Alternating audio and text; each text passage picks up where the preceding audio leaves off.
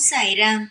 என் அன்பு செல்லமே, என்னுடைய தங்கமே, ரொம்ப நேரமாகவே உன்னிடம் பேச காத்துக்கொண்டே இருக்கிறேன். மனம் வெறுத்து மனவேதனையில் வாழ்ந்துட்டு கொண்டு இருக்கும் உன்னிடம் நல்ல விஷயத்தை பற்றி சொல்லத்தான் ரொம்ப நேரமாக காத்துக்கொண்டிருக்கிறேன். நல்ல நேரமே நமக்கு வராதா?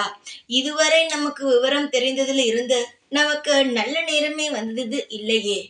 ஏதாவது ஒரு பிரச்சனை மாத்தி மாத்தி வந்து கொண்டே இருக்கிறதே.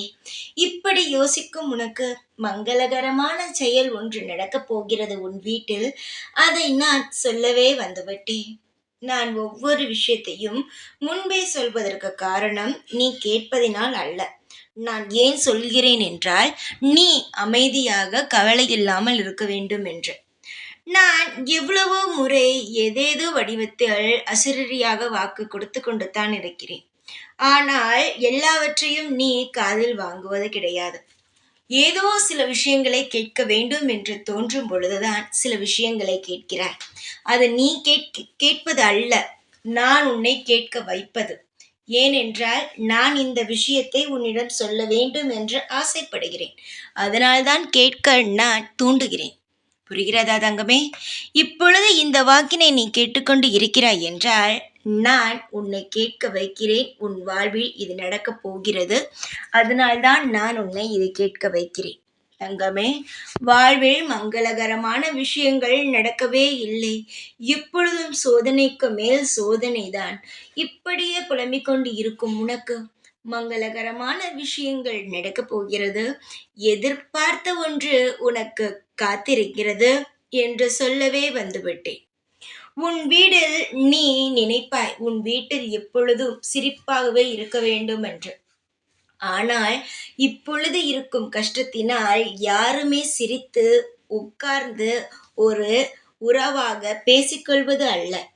அவரவர்கள் வேலையை பார்த்துவிட்டு சாப்பிடுவது தூங்குவது இப்படியே இருக்கிறார்கள். ஒரு கலந்து பேசுவோம் என்றெல்லாம் கிடையாது. ஏனென்றால் அவரவர்கள் வாழ்க்கையில் ஓடிக்கொண்டு இருக்கிறார்கள். எப்படி முன்னேறலாம், எப்படி ஜெயிக்கலாம், எப்படியெல்லாம் இப்பொழுது இருக்கும் கஷ்டத்திலிருந்து நம் வாழ்வில் முன்னேறலாம் என்று. புரிகிறதா? இப்படித்தான் உன்னுடைய வீட்டில் இப்பொழுது நடக்கிறது. யாரும் யாரிடமும் உட்கார்ந்து பேசுவது கிடையாது, வெளியில் போவது கிடையாது. ஒரு சந்தோஷமே இல்லாமல் விரக்தியான வாழ்க்கை. அப்படியே ஒரு 5 நிமிடம் ஒன்றாக உட்கார்ந்து பேசிவிட்டால் சண்டைகள் தான் அங்கு நிரந்தரமாகி விடுகிறது. இதனாலேயே உன்னால் ஒரு இடத்தில் உட்கார்ந்து குடும்பமாக பேசவே முடியவில்லை. சண்டை வெந்து விடுமோ, நம் ஏதாவது சொல்லிவிடுவோமோ, எதிரில் இருப்பவர்கள் ஏதாவது சொல்லிவிடுவார்களோ என்ற பயம்.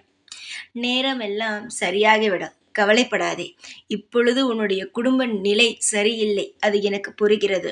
ஆனால் சீக்கிரத்தில் அந்த குடும்ப நிலையை நான் மாற்றுவேன். நேரமானது வந்துவிட்டது. இதற்கு மேல் நீ காத்திருக்க வேண்டும் என்ற அவசியம் அல்ல. எல்லாமே நல்ல முறையில் நடக்கத்தான் போகிறது. நீ நினைக்கிறாய் எல்லாம் அவ்வளவுதான், நம் வாழ்க்கை மாறாதோ என்று. இப்படி நினைப்பதை முதலில் நிறுத்துங்கள்.